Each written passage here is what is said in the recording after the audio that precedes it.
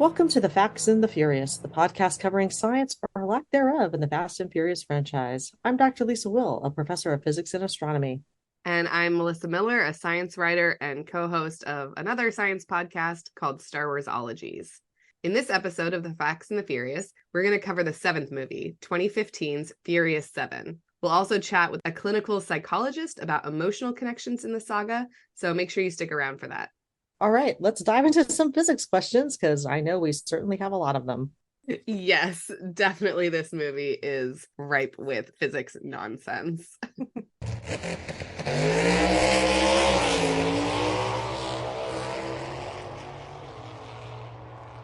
How about you tell us where that device is? I mailed it to a friend in Abu Dhabi. That was pretty easy. That other team would have tortured you for that information. I didn't trust them. I trust you. Now, why would you trust us? You barely know us. I know enough. Ex-cop, military, something like that. The way you took out them guys shows training. Tech guy, offended by the hacker remark, naturally. Alpha. Mrs. Alpha. Joker. Wrong. Double alpha. Man candy. You know what I'm saying? Man, sit your candy ass down, man. The disrespect is real around here. Life is binary. Zeros and ones.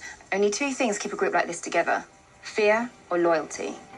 And I don't see a drop of fear among you guys.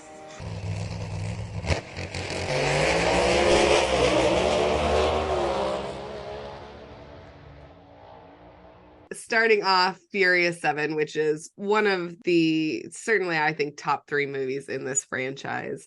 We have, Letty back. She remembers who she is, question mark, like a little bit. We start seeing flashbacks and stuff like that. But then we also get one of the great bad guys, quote unquote, that converts eventually. And I'd forgotten how quickly they introduced that Deckard Shaw used to be a good guy.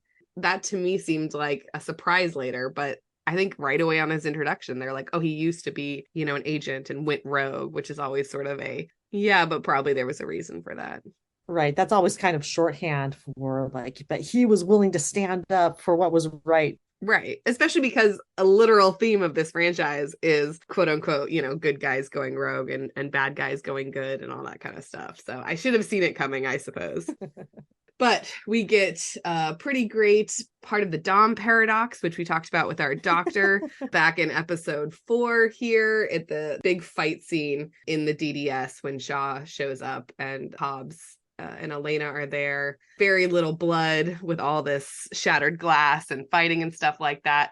And then there's the leap out the window. So why don't you tell us about the physics of all that? I sometimes don't know what to say. When I take a look at that sequence, there's using a table to shield from a big explosion and jumping through glass and not coming out of it with a scratch. It requires a lot of cooperation from the materials, but I think this is you're correct. It's another invocation of the Dom paradox where if he's not supposed to get hurt, he's not going to get hurt and the materials aren't going to let him do so. But I would not recommend to anyone at home to jump through a glass window and expect not to actually get some injuries out of it.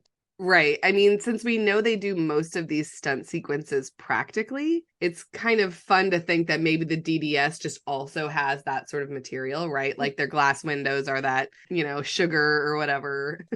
So maybe these high security buildings all have stunt glass. I don't know. That just seems like it would be really a security issue.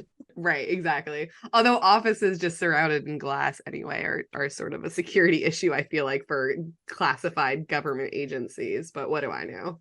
The other thing in the early part of movie 7 is it blows up my theory that this is the MCU, which is really disappointing because I was so prepared when I thought of that when we started this rewatch. I was like, oh yeah, no, this is going to be a thing. And like, we can connect it and write some fan fiction and all of that. And it blows up for no good reason. Like, it's just that Hobbs in his hotel room is flipping channels and the Hulk TV show from the 1970s is on, which wouldn't be true if it were the MCU. Depends on if you're in a different timeline, I guess. Maybe we can allow for that.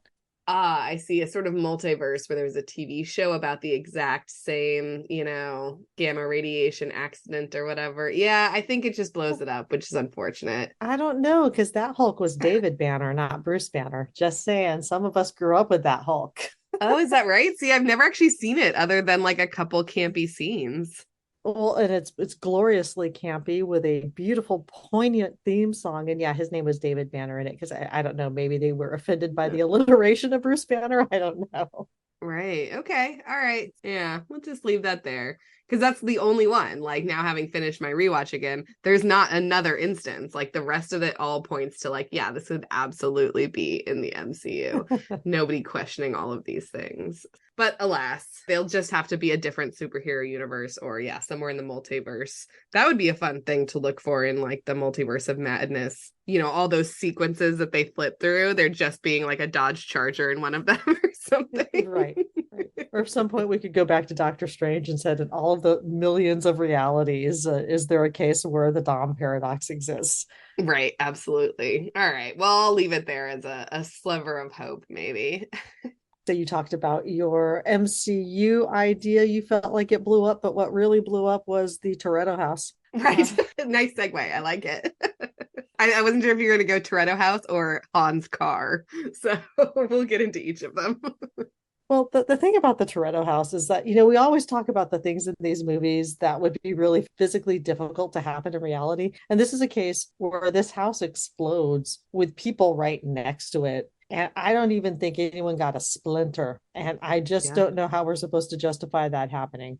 Yeah, this is the sequence where little Brian is in the minivan, right, in the driveway. And so adult Brian gets sort of smashed against the window, but that's literally the worst that happens. Yeah, that house is like a crater afterwards. And yes. I think there's literally just someone off screen with like a bucket of like splintered wood that just like chucks it over the top of Mia. And that's pretty much all that happens. Yeah, it's ridiculous. I think of so many ridiculous things they do in these movies, and yet I think this was the one in the movie that got to me the most. I don't see that happening. Right, yeah. Well, and I have to go back and watch it, but like, do the windows blow out in the neighbor's house or anything like that? I don't know that they panned enough to show us that, but with the amount of explosion that we saw happen to the house, that I don't see how the neighboring houses could have been saved. But then again, the glass in the minivan was fine. So, and apparently so were Brian's clothes. It's very confusing to me. So it was Shaw, right, that blows up the Toretto. Oh, right. He sets up to kill Han. And then he calls, it's like at that exact same moment, right? He calls Dom. Yeah. So, I mean, that's sort of the thing is, and they retcon it again later that Shaw didn't really kill Han, but it's still one of those things that like, how do you come back from, how do you make Shaw within a movie and a half a good guy and a really charming good guy at some point too, with this great family and all that kind of stuff, when we think he killed Han, and sure he was doing it in retribution or whatever for the team putting his brother in a coma. But I was always amazed because it worked for me too. I was like, yay, the scene with the baby and all that. But no, he kills Han. Yeah, but the scene with the baby and just an incredibly magnetic actor goes a long way. And I think these movies also show that we are manipulated as an audience to forgive more than perhaps we would forgive in real life. Yeah, no, that's true. That's a good thing to talk to our psychologist about, is forgiveness and whether or not the level of forgiveness and family in these movies is actually a good roadmap for real life. Even if someone didn't end up killing my most charismatic friend in Tokyo because there was a whole government conspiracy plan to make it look like he was dead when he wasn't dead, I think I would still be pretty pissed at them for a little bit longer. I can say that the Toretto family, the extended Toretto family, has a lot more capacity for forgiveness than I do. But yeah, so it finally happens, right? What we saw in 3, this is movie 7. So what we saw 2/3 of the way through movie 3 finally syncs up here. It was very silly, but I was all for the ride of, in 4, 5, and 6, them putting off Han going to Tokyo. But it happens here. They have a whole funeral for Han. Noteworthy because Dom actually wears sleeves. That's like literally I've noted like, ooh, amazing. And then, Shaw shows up to the funeral, and that starts a whole thing with Dom. But yeah, we get Mr. Nobody involved after Dom and Shaw have this like ridiculous head-on crash and like get out with mild, I think they crick their necks a little bit, and that's about it. Which again, when we talked about with our doctor back in episode 4, yeah, no. Human bodies are much more mushy. Much more mushy. My favorite part about Mr. Nobody, honestly, this is a really great introduction of a character, right? There's very few noteworthy, perfectly pitched, I think, introductions of characters this far into like a franchise. And honestly, Mr. Nobody, because it's Kurt Russell, who's, very charismatic, but also like, I don't know, the beer on tap, him talking about like Belgian yeasts, but like, don't worry, I still have Coronas for you. I don't know why, but like, it's so silly, but I'm like, oh yeah, okay, this guy did his research. Yeah, the next couple of movies introduce new characters, and you're correct. This late into a franchise to be able to introduce new characters so well is really impressive. But once again, let's hear it for the casting director because that seems to be so incredibly crucial to the success of this franchise. And I don't think casting directors get enough love. Yeah, no, that's a very good point because Ramsey is also introduced in this movie and becomes part of the family and is in every movie afterwards. And yeah, I mean, great casting. Yeah, so in order to get Ramsey, this is where the whole convoluted, and we'll talk about this more with movie 8, the God's Eye, the thing that can hack into anything, this mysterious hacker we know nothing about. And I feel like they gave a gender sort of neutral name so that we get our implicit biases, upended or whatever when it's a woman of color, which I'm all for. That's great. Again, with the casting. But yeah, so in order to get her first, of course, the only way to do this is to parachute cars from an airplane onto a mountain road because otherwise they would see you coming. Yes, because that large of a plane is completely unnoticeable. I mean, I grew up next to an Air Force base, so these sorts of large planes are actually loud. They're just hard to ignore them. But one of my favorite things is, once again, this was a practical stunt. They dropped cars from planes. And delightful. I know, it's amazing. So this is a case where if you have to ask, can this physically happen? The answer is going to be sort of a yes, but, right? So they did physically drop cars from airplanes to do this stunt with military grade parachutes. So not your average parachutes, but I guess Mr. Nobody perhaps could get them access to these really good parachutes that do indeed have GPS capabilities. That was one of the things that I had been skeptical about, but apparently the military does use in order to drop things like Humvees and stuff like that, or at least the payloads to places. They can actually drop really heavy objects with these military grade parachutes that have GPS capabilities once they're below a certain altitude. So, amazing. I had no idea. Yeah. Now I don't know how they're supposed to control that from the car. So these movies are so great about doing practical effects, and then they end up doing things like, okay, but what do we have to do with CG? Apparently, the cables that attach the parachutes to the cars were really sort of big and not aesthetically pleasing. So I think one of the things they did change was actually CGing the cables, not the whole fact that they're dropping cars from airplanes. But the things you do have to worry about is they were dropping different models of cars. So the different models of cars would have different locations of their centers of gravity. So can you attach all the parachutes uniformly? Before the parachutes open up, did your car go into a spin? Could you maintain attitude? Because although the characters are holding onto the steering wheels, those steering wheels are doing nothing for them, right? Yeah, Roman like braking and everything like that, because that would 100% be me. I would want some semblance of control. Absolutely. But for anyone who was watching who was wondering, is the car doing anything? The car is not doing anything except for falling like a very large rock. And so I would still be concerned in a case like that. Would the car be in the correct orientation when the parachute opened up? Especially since, to me, with the different cars, you would have to attach the parachutes in different places to make sure you can keep it in a decent orientation when the parachute opened. Right, because again, every character needs the car that fits their personality. It's not a uniform car. Right, which also makes me wonder if the hard upward lift that they get when the parachutes do open, could regular civilian cars, could each of these actually withstand that stress on the chassis? I'm not quite sure that they could. And then they'd still be landing really hard. The terminal velocity for these is still going to be pretty crunchy. So I think what they did was, sure, they dropped these cars cars from several thousand feet. But to get the part where they drop the cars and the cars drive off, they were only dropping from like a dozen feet or so. Right. Because landing that hard with these cars, the cars were still going to break. So Right. they had to actually shoot that separately.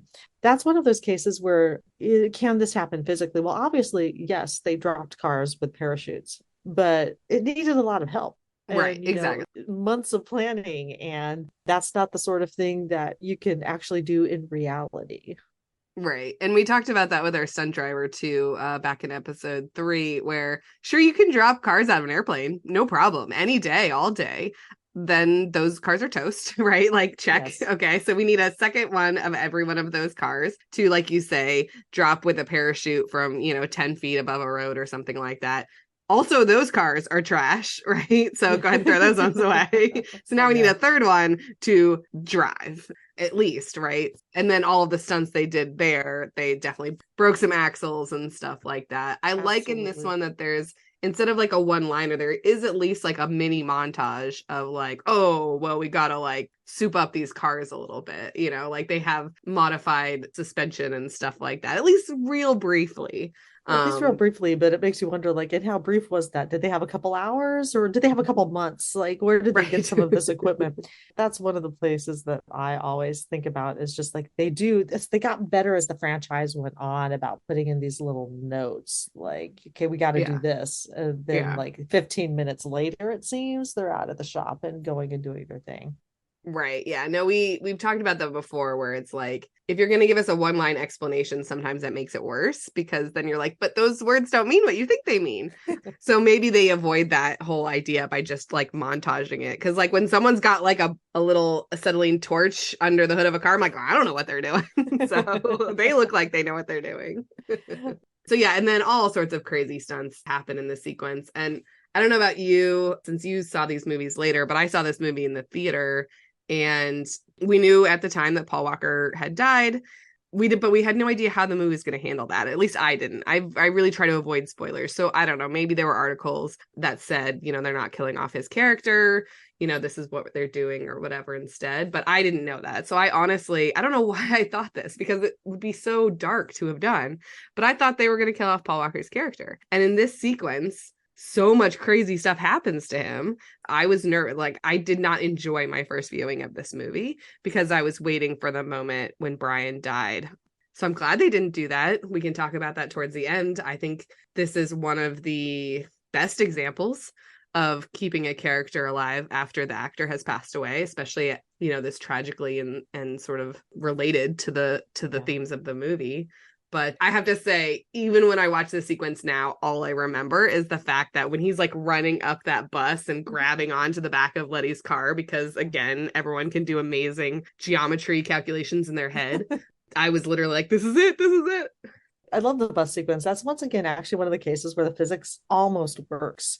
So there's this thing called relative velocity, and it is kind of what it sounds like. What is the velocity of one object relative to another? So that's the whole concept that if you're driving a car, you're seated in the car, you don't feel like you're moving with respect to the car, but somebody on the street would see you going by at the same speed as the car. So your relative velocity with respect to the car is 0, but your relative velocity compared to the person watching on the street is, like 45 miles per hour or something like that. So if Brian can run faster than the bus is falling, he can actually get up the bus. Perhaps not as far-fetched as it seems, especially since they did have the bus falling slowly.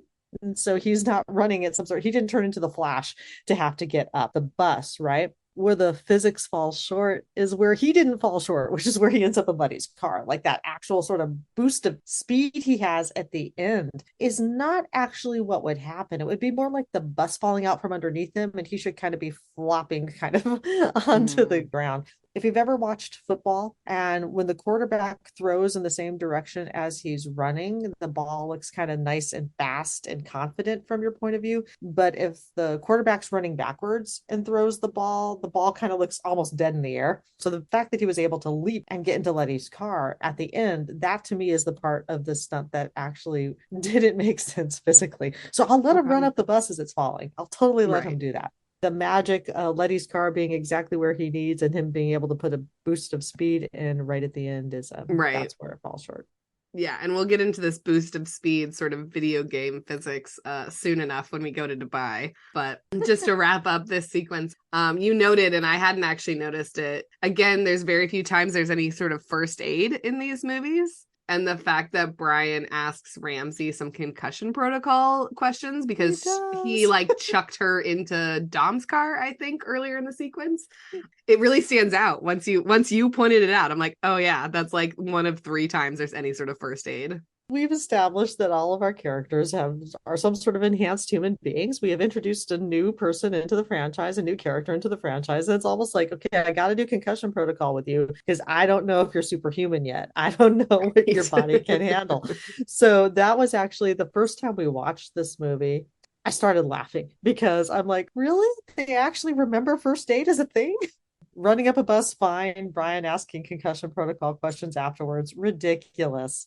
Fair enough. All right, so we go to Abu Dhabi because reasons, right? Ramsey put the device in the mail or something like that. And then the person she put it in the mail to put it in their supercar because, again, reasons. I love the sequence where they get to go to this party. I don't know. We don't get to see our heroes dressed up all that often. You know, it's not like a Mission Impossible movie where like every single movie there's a reason for them to be in tuxedos and fancy dresses. But like Dom's, you know, fancy clean Doc Martens, like Letty looks amazing. She looks so hot. I love that whole sequence. Me too. It's nice to see them in a different environment. And of course, he needed to get them up into a glamorous place in really tall skyscrapers. Right, exactly. So how heavy do you think supercars are? Do you think even Dom Toretto could just deadlift this car because there's no jack in the trunk? So since you brought up the MCU, I think that's the sort of thing that we can expect to see, you know, Steve Rogers do, but just a random dude, unless he's not an enhanced human. So like Steve Rogers, Thor, some of the X-Men, right? But Dom Toretto, that's just uncomfortable. Now, some supercars are built to be light. That's part of how they gain their speed. But I'm pretty sure he's not just going to be lifting it up that easily. Right, yeah. Especially because we haven't introduced Idris Elba and his super strength into this world yet. That's right. I'll leave my super soldier rant for the next time. Right, yeah. Leave that for Hobbs and Shaw. Don't worry, there's time. Right. I love this callback once you've seen the movie. I think it's when they're in the Dominican Republic. Little Brian is like flying cars around, like zoom, you know, through the air like little kids do. And Brian's like, cars can't fly, which at the time you're just kind of like, that's a weird thing for like a dad to say. Like, don't stymie his creativity. But it's so that it can come around again and he can talk to Dom like he's a little child and say, cars don't fly. Because this sequence, it's beautiful. I don't know, slow motion Paul Walker falling in a car is just like my wheelhouse because movie 5 and this sequence in 7 are just gorgeous to me. This was a beautifully shot movie, and we got to say the cinematography and stuff of this movie are gorgeous, and seldom more gorgeous actually than this cars flying from one building to another sequence. Mm-hmm. The question is, can cars fly? Can the physics of the sequence work? It's going to be a yes, but again. So everything has to work perfectly. So for the first jump, my biggest question would be, did they have enough room where they were to actually accelerate up to a speed that they could both break the glass and continue with enough forward momentum to make the distance between those two buildings? Also keeping the correct orientation. That's the other thing, you know, skyscrapers often have some sort of wind tunnel situation form between them. Maybe these were far enough apart that doesn't happen there. But yeah, so continuing a nice arc and make it to the next building. So considering that they were at a party, there was a lot of furniture, there was a lot of stuff in the way. That is my biggest concern with the first just with the first jump. We're just at building 1 so far. Right. And I realized that I was calling the little kid Little Brian, and that's going to be confusing because in the next movie there is literal Little Brian. So Jack, Brian's son, is who is in this movie. But they make it into 3 towers. So they do this jump twice. Yeah. So in the next one, they actually show the car driving enough that they could get up to speed, but keeping the orientation, how far do they drop before they hit the building, etc. Right? The thing that is always left out when we attempt to do these calculations, because you can get up to a reasonable speed, especially for a $1 million sports car. You can get them up to a reasonable speed to make that jump. What they always leave out is the sheer amount of luck and the way the buildings have to align, because at no point do they ever seem to worry about hitting the skyscraper's support skeleton. There are struts that keep these things up. We don't see them have to go around like, oh, but we're going to run into this big area where bathrooms with all this plumbing. So we got to go around it as we go through the building. They seem Right. to be able to make straight shots to go through. So can a car actually go fast enough to make a leap from one building to another? Sure. If they are lucky enough to hit glass, can they enter? Sure. For me, I would like to see some statistics on what are the odds of them actually luckily running into glass, because that's the thing, they can't aim. Right. They can't aim. They were just flying out of this building. But if they had hit, a big steel pylon, they just would Right. have like bounced off, dropped to the ground.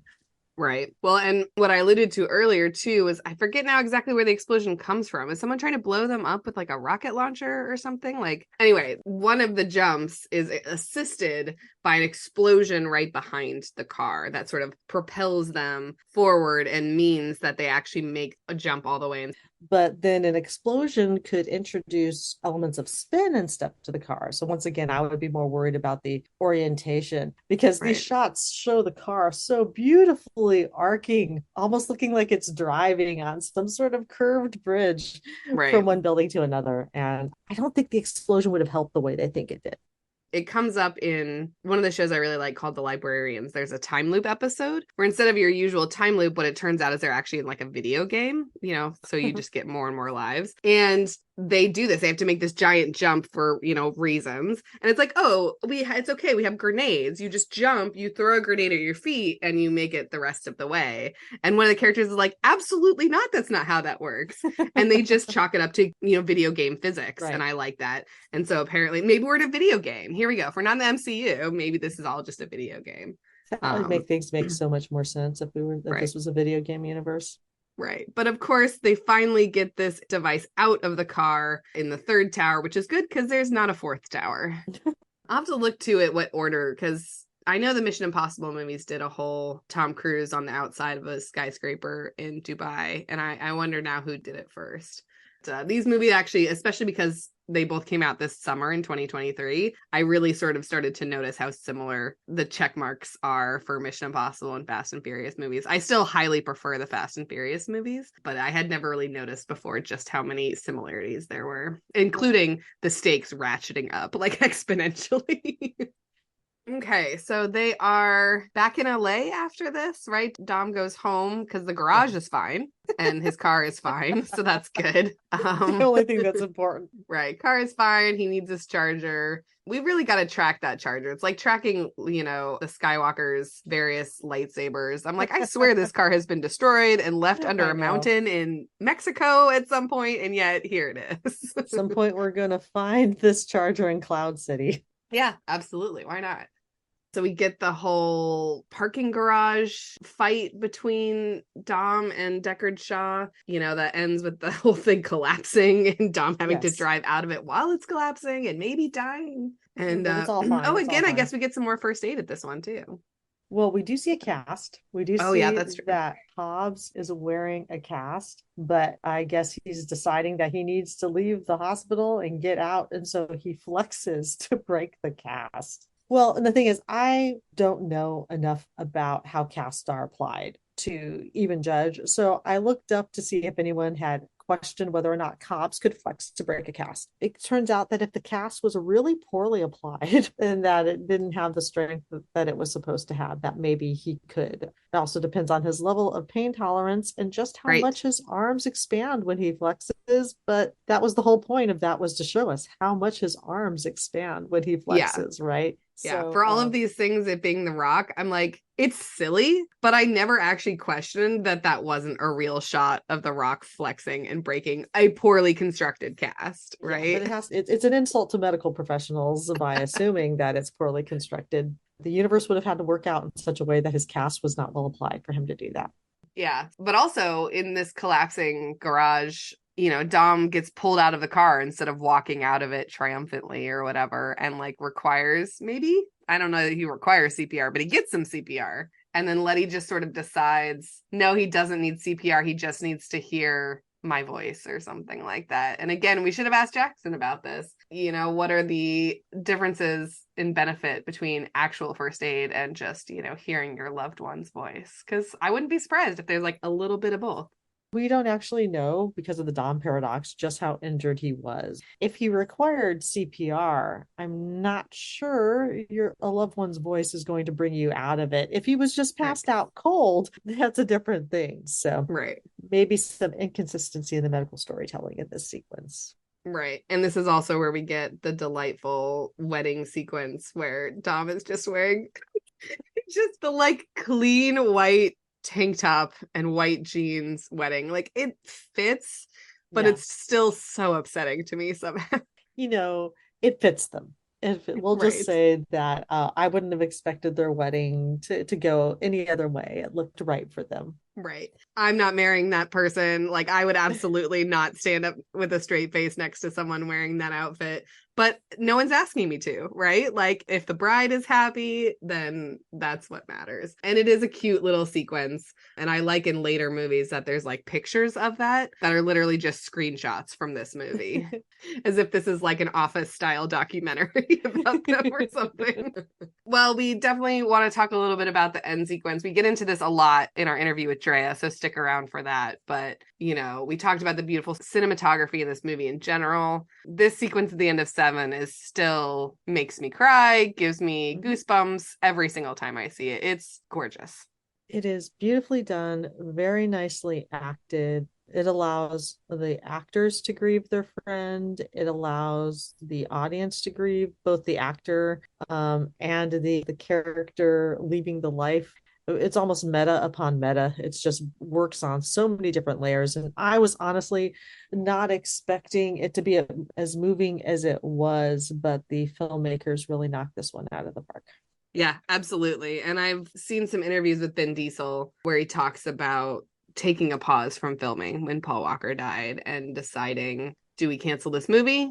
Do we shoot the original script? Do we make these changes that they ended up making? And like, I've never been so impressed with someone's decision making during such an emotional time. You know, they mentioned earlier in this movie, I think Roman says something about like, I don't want to go to any more funerals when they're at Han's funeral. And like, that breaks my heart. But not knowing what they filmed when, you know, you can tell sometimes, like in that final sequence, you can tell that the actors filmed that obviously after Paul Walker's death, because it is both the actors grieving and the characters saying goodbye. But throughout the rest of the movie, you can't always tell. You know, it turns out when I looked it up, Mia and Brian literally never filmed a scene together in this movie. When you're watching it the way I watched it this last time, you can kind of tell because there's generic sort of lines back and forth, you know, when they're on the phone, when they're separated and those sorts of things. When I watch it every other time before this rewatch, I'd never noticed, other than the well-publicized parts where it's like his brother at the end and things like that. And the driving sequence where it's very clearly him from like movie 1 or movie 4 or something like that. Really, really impactful every single time. Every single time. And when we watched this, obviously we knew that Paul Walker had died because we came to the franchise several years later. But we didn't know if they were going to keep him alive. And I think in some ways it would have made more sense to kill the character off, because then you don't have to try to give them a storyline through the rest of the movies. But they've been able to do it quite successfully, and it's such a loving way to keep his memory alive for the actor. It allows the Toretto family to become a Fast and Furious family, a franchise family, in such a way that involved the fans too, and Paul Walker's family. Exactly. And throughout the rest of the movies, you know, there's always that mention of like, should we call Brian, you know, or when Mia is in it, it feels odd, but we all know why it's happening. And I like that they sort of keep him mentioned. All right, so let's look to see what Rotten Tomatoes had to say about Furious 7. The tomato meter was 81% and the audience meter was 82%. So the critics and the audience being pretty much in sync there. And I have to say, I think that works for me. What about you? Yeah, no, both high and matching is kind of shocking. Like you don't see that a lot on Rotten Tomatoes. I'm actually really impressed in general at how well the tomato meter matches up with, you know, what my guesses would be for it. And the critics' consensus was serving up a fresh round of over-the-top thrills while adding an unexpected dramatic heft. Furious 7 keeps the franchise moving in more ways than one. Yeah, absolutely. Absolutely. Good job, Rotten Tomatoes. Well, let's get into our interview with Drea, the psychologist.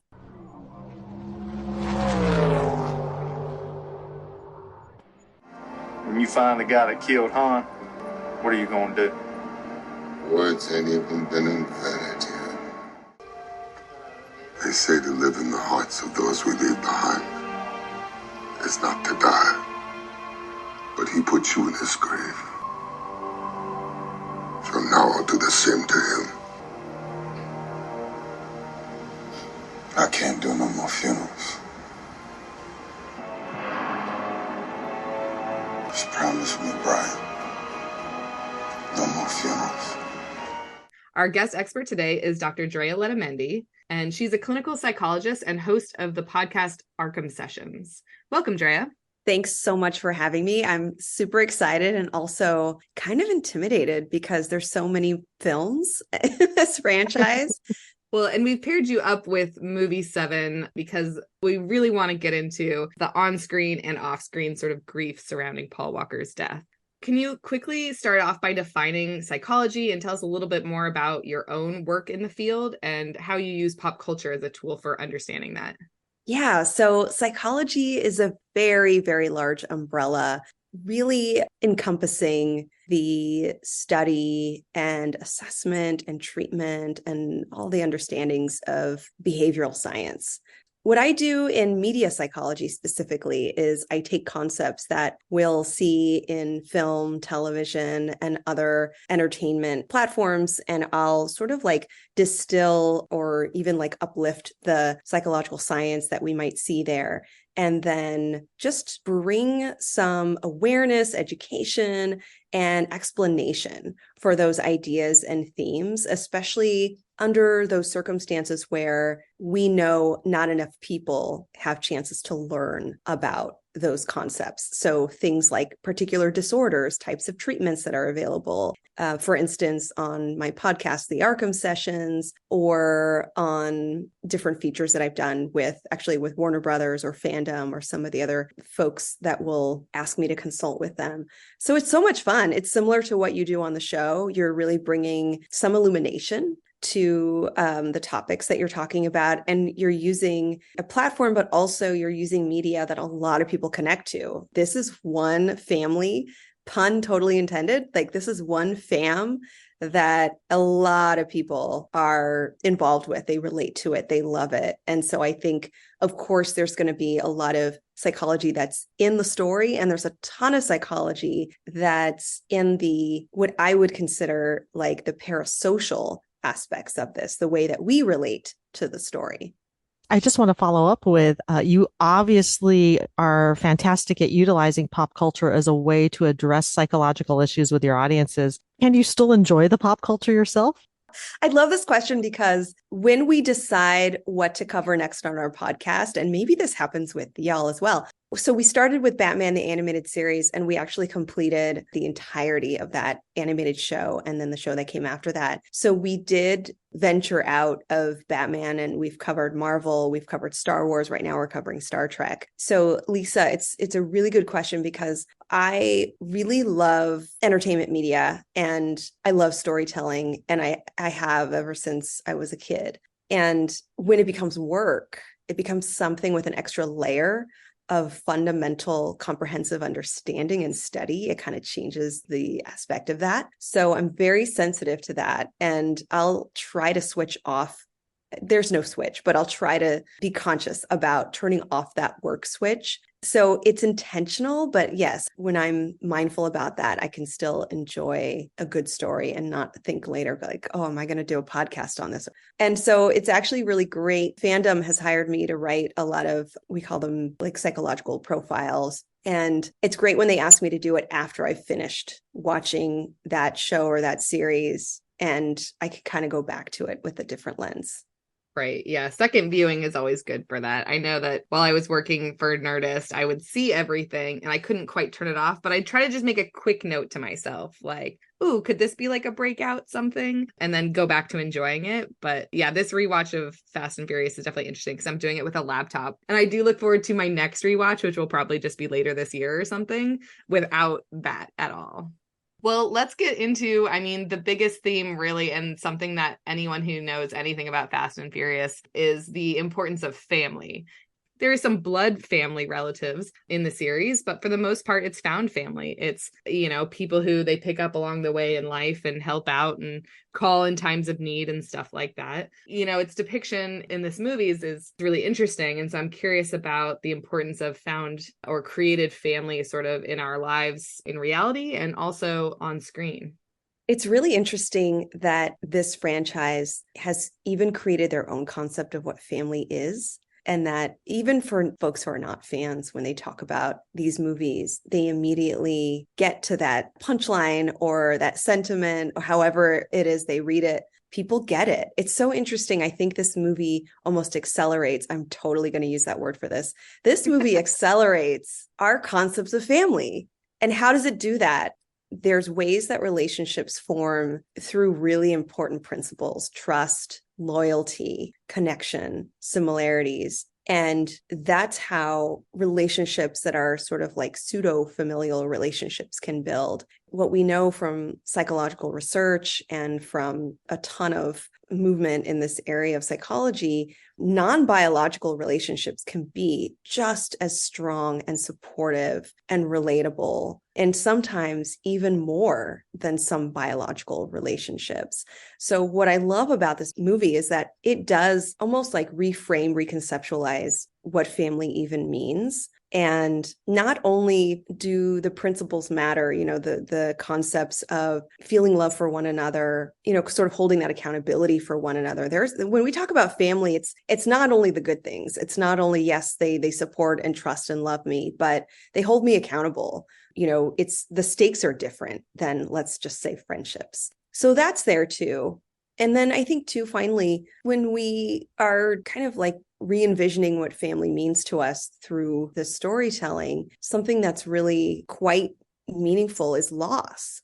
So of course, when we lose our friends, when we have separation, death, grief, all of that, once you develop more of a familial relationship with people, it does have a different impact. It does feel like you're losing family members. Again, the stakes are higher. So I think there's lots of positive ways in which this storytelling is really sort of identifying with the concepts of family. This crew of folks, there's something really special about them. They share very unique skills and they share drive. I'm going to say that too. They share drive. I'm just going to do this the whole show. I know I'm not the only one, but like they're not randomly put together. They complement each other. They have a specific set of expertise and skills. And I think they see themselves as a bit of outcasts and misfits, and they find togetherness, they find similarity, and they find belongingness. In saying that, again, this concept of family is especially important when it brings belongingness, because when we don't feel like we belong, there's so many potential deficits and potential dangers for our lives if we don't feel like we can be a part of something. So, if anything, I see more positives here than anything. Yeah, I guess that brings me to something that I was wondering, if the concept of found family, does it appeal to particular generations or specific demographics of fandom more than others? Or does this created family vibe have a broad appeal? Well, my guess is that generally it has a broad appeal because these movies do well, as ridiculous as they can get. What I've noticed, so I work at UCLA, I work with a lot of young people, a lot of college students, and I have noticed a very, I'd say a looser definition of family, an aptitude, a connection to people who are not necessarily biologically related, and a willingness to kind of blur those lines a little bit more than, let's say, the generation that came before me, where those lines were defined, family was defined in such a traditional textbook way. So I think that has something to do with it. But again, the ability for this franchise to take like a slower pace on that and not overdo it in the first film and really kind of take its time with these concepts probably is very inviting for older generations as well. Yeah, you don't just have to be someone with a terrible relatives or whatever to appreciate the idea of found family, I think. Yeah. Well, I want to make sure we have enough time to get into the grief aspect of this. And I'm not just using this as sort of a free therapy session for Lisa and I, having just rewatched Seven recently. But it's a little bit of that too. It's always difficult when you feel like you know somebody, right? Like I've watched Paul Walker on screen for, 18 years or something like that. Is this character Brian? You feel connected to him, and then, have him die in sort of a related way, right? He died in a car accident. So to have that sort of happen, and they were midway through filming the seventh movie, they, took some time off and decided in the end to keep the character alive. So they did a whole bunch of reshooting, which you can see when you go back and watch it sort of through this lens. You can tell that Paul Walker himself is not in many of these scenes. They use archive footage, they use stand-ins and stuff like that. And it really stands out when you're watching Seven, just how like missing he is. But at the same time, the character is there throughout the entire movie. And then at the end, the characters decide to let him retire, basically. He has a young family. He and Mia and their kid, will leave them out of future heists and whatnot. That was all filmed after the actor was dead. So you can see the actors grieving, not just the characters. I promise I'll get to a question here, but it's a helpful recap. Sort of meta aspect of, they put a montage of all these Brian scenes in the end for Seven, which doesn't really make sense in the universe, right? Because the character's still alive and happy and stuff like that. But it's for us, it's for them, the actors. And so I'm just curious what your take is on the idea of keeping the character alive and that being the actor's choice. Vin Diesel is a producer on these movies. It sounds to me like in interviews, it's his choice whether or not to even put this movie out, much less keep the character alive. How is that something that can be used? Does it help us as fans grieve for the actor? Or, is keeping the character alive, but sort of in the background, potentially harmful? What a great question, because we, as fans, as viewers, as people who were connected to Paul through the screen, we're representing a community that is in grief in a different way, whereas the actors are in what I would consider a closer sense of grief. There's a distinction here that I think is important. Traumatic grief is a specific kind of loss where it is sudden, unexpected, potentially happening in a very disruptive, sometimes scary way, like a car accident. There was no way that his friends and family from the franchise could have predicted that or anticipated that. So for all of them, for all of the people involved in the films and who knew him that closely, they're experiencing traumatic grief. And we, as viewers, as followers, as fans, we're experiencing the kind of grief that results from losing what's considered a mediated other. Mediated others are characters that we can connect to on film, television, and in other storytelling entertainment.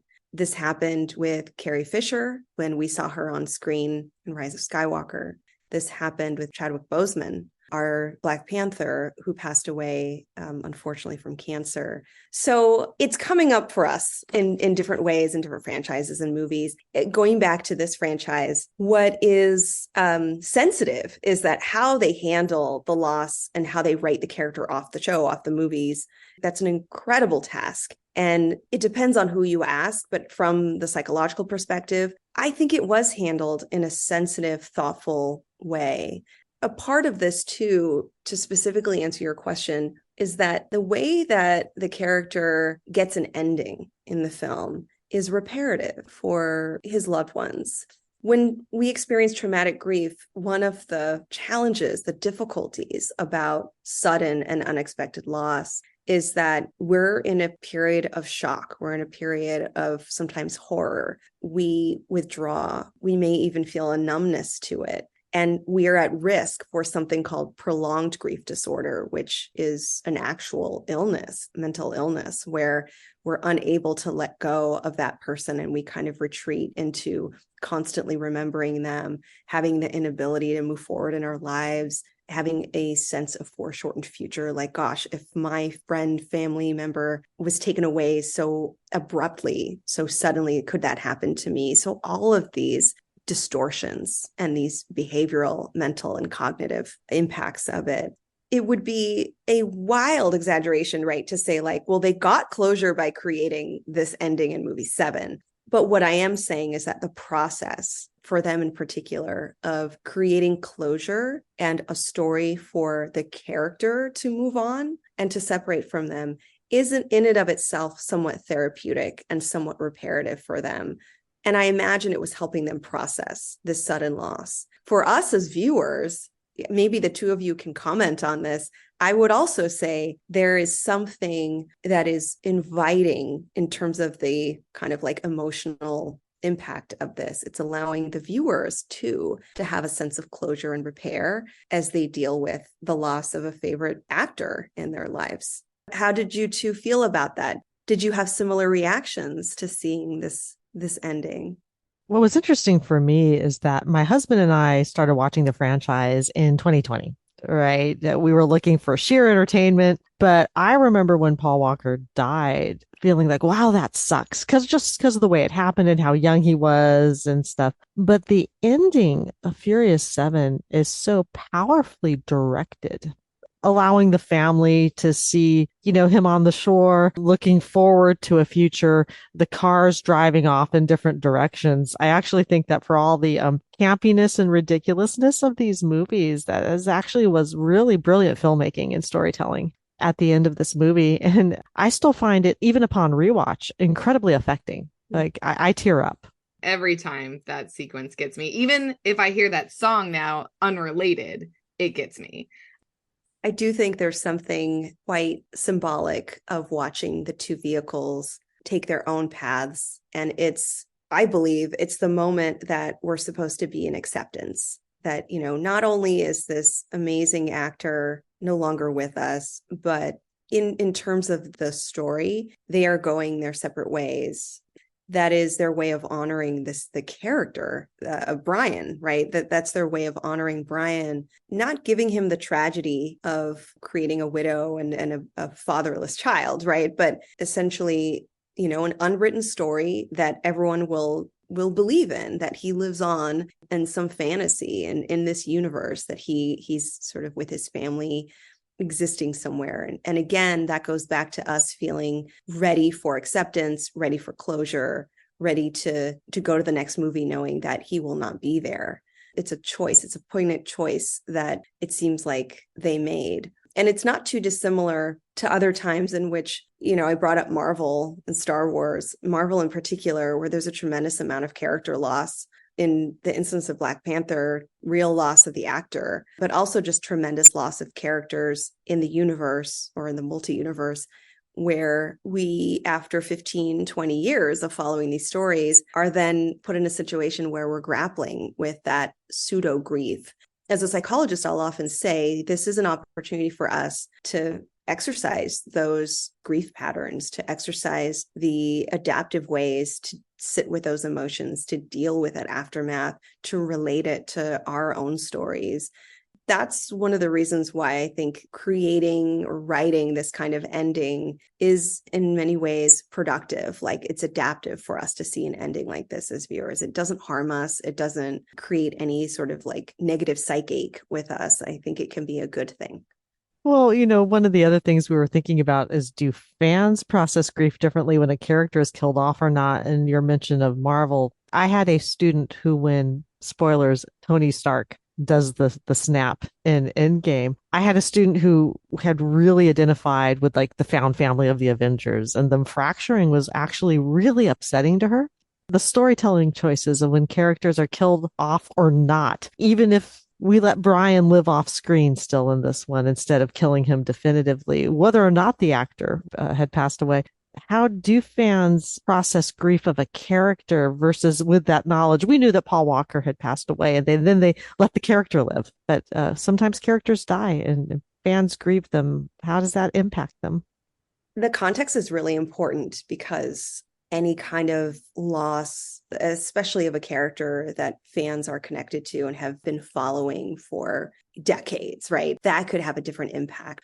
It's going to seem like a tangent, but I do want to bring up that there's a lot of research in the horror genre. So there's like folks like me who just specifically study horror and how horror impacts the brain. There's like a Dutch fear lab, and they study fans' reactions to the critical events and very visceral types of things that happen in horror films. And what they found, and so it's so interesting because I was looking into this during the pandemic, what they found is that those fans who self-identified as horror fans had better emotional equipment to deal with real life grief and loss.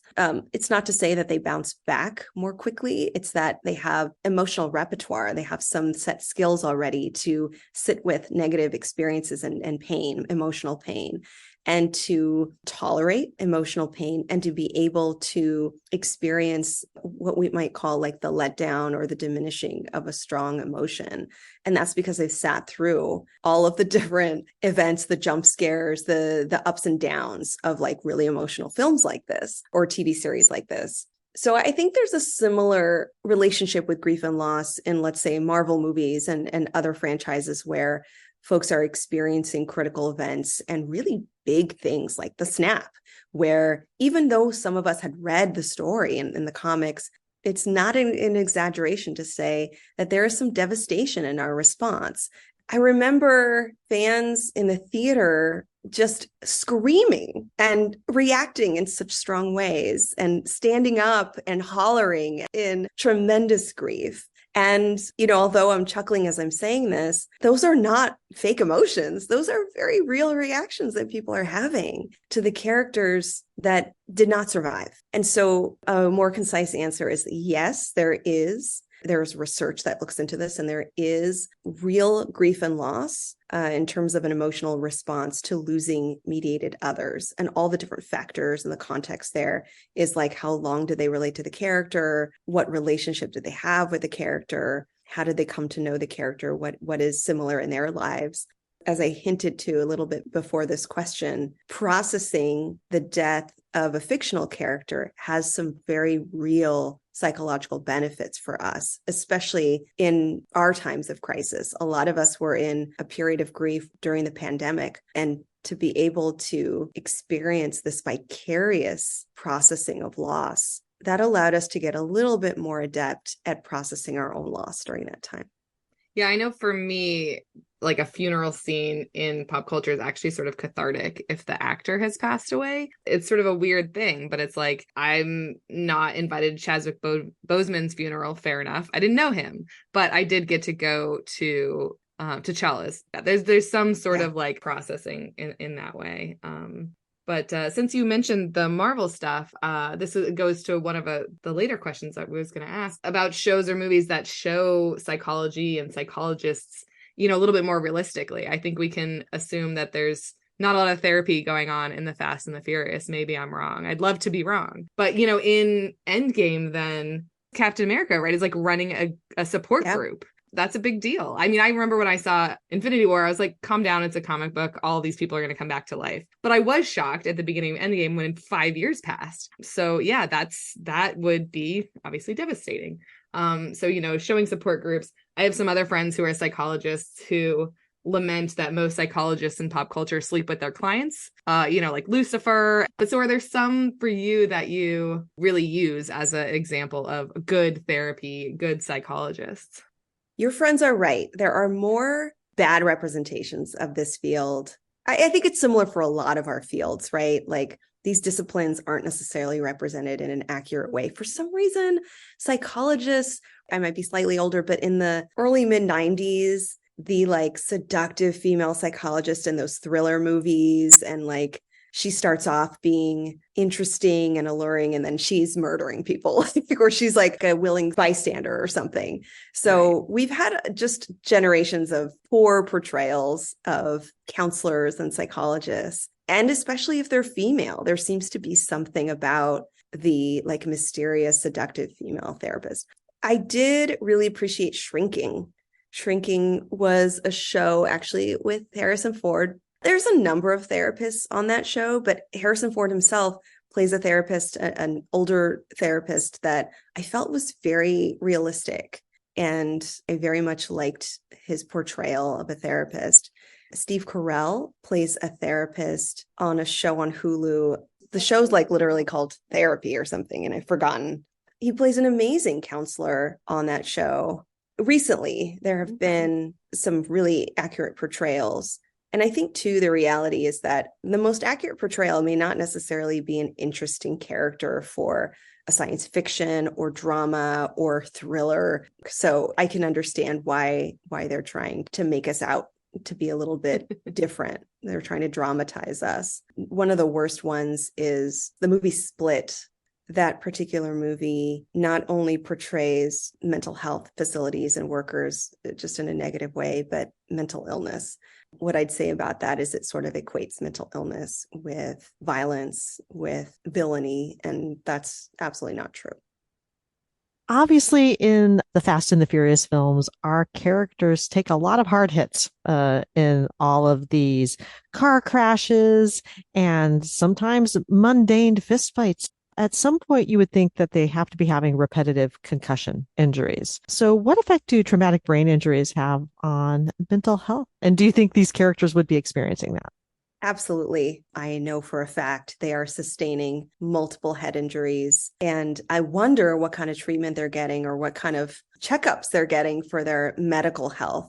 The types of physical injuries that they're sustaining typically happen in traumatic ways, right? So vehicular accidents, fights, other types of violence, that's coupled into the likelihood that they'll develop stress and mental illness related to these injuries. So what I'd say about that is that there's the possibility of psychological injury, similar to soldiers and service members who are sustaining different kind of combat-related injuries because of the risk that's related to that. Let's say all of these fast-paced car chases and fistfights and high adrenaline experiences, there's always a risk of getting seriously injured or dying. And so being that close to that is in and of itself traumatic. Surviving that is traumatic. And then on top of that, the physical injury has some long-term cognitive consequences like loss of memory, like deficits in concentration and focus. With repeated head injury, you could, as we see in athletes, you're going to see some long-term impacts on their neurobiological functioning and on their relationships. So yes, there's going to be a behavioral aspect to this. If anyone is already predisposed to anxiety or depression or any particular mental disorder that's actually very common, those kinds of injuries can worsen those experiences down to the neurobiology of those illnesses. So I'd be super concerned about their well-being. And maybe there is somebody, maybe there's a psychologist or a behavioral expert who's checking in with them in their universe to make sure that they're okay. But I do have to say that it takes a certain kind of mentality to want to be involved in this stuff. So these characters may have some tendency toward adrenaline. When you see things ramp up and they get into these fights, what I've called that is an adrenaline dump. Like they're letting out and they're bathing in all of this adrenaline and it's enjoyable for them. So there's something that they like. There's something that feels good about this kind of lifestyle. Yeah, no, I'm thinking about it now, I admit, I get regular therapy too, but I also sometimes get tattoos as a form of therapy. And I wonder now if, a good drag race or go out to the Rose Bowl and do donuts in the parking lot actually is an outlet, a way to process emotions for some of these people. Absolutely. Characters. Very well said. Yeah. I never considered that. So that's healthy too, as long as you're also maybe talking to a professional. For sure. It's totally unrelated, but I wrote a piece on John Wick, and a lot of the focus of that article was why violence is his solution to his grief. I got a lot of responses from people that said that they would also feel like they'd want to engage in this vengeful violence if those terrible things happen to them. So there's some relatability and understanding, maybe not at the level of how many bodies he ended up creating. But especially with him, right? Like he also got in his car and sped around on a speed track or an abandoned airfield to get all of this grief out his body. And so there is something cathartic, therapeutic, and for some people, necessarily painful about these actions that allow them to process this grief. Well, if someone wants to find the writings and your podcast and stuff like that online, what are some good links we can share in the show notes? If folks want to read more of my stuff or listen to my podcast, just go to drdreapsychology.com. That's my website. I will be posting also events that I'm doing, like comic conventions and things like that.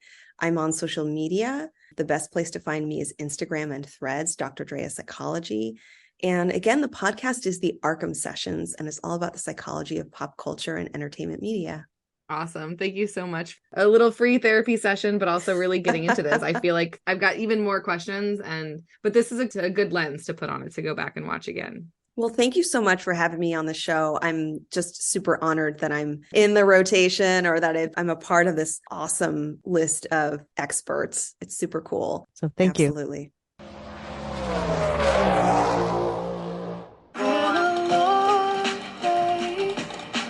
Without you, my friend, and I'll tell you all about it when I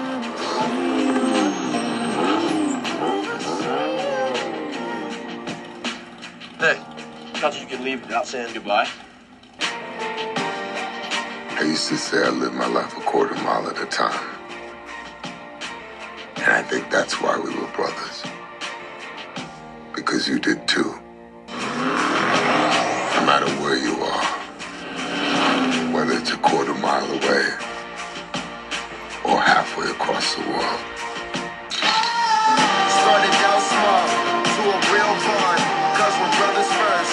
Cause we're moving through it rapid, it ain't over, we gon' keep it. You'll always be with me. Change the game without even knowing. And you'll always be my brother. How can we not talk about family when family's all that we got? Everything I went through, you were standing there by my side. And now you gon' be there for the last ride.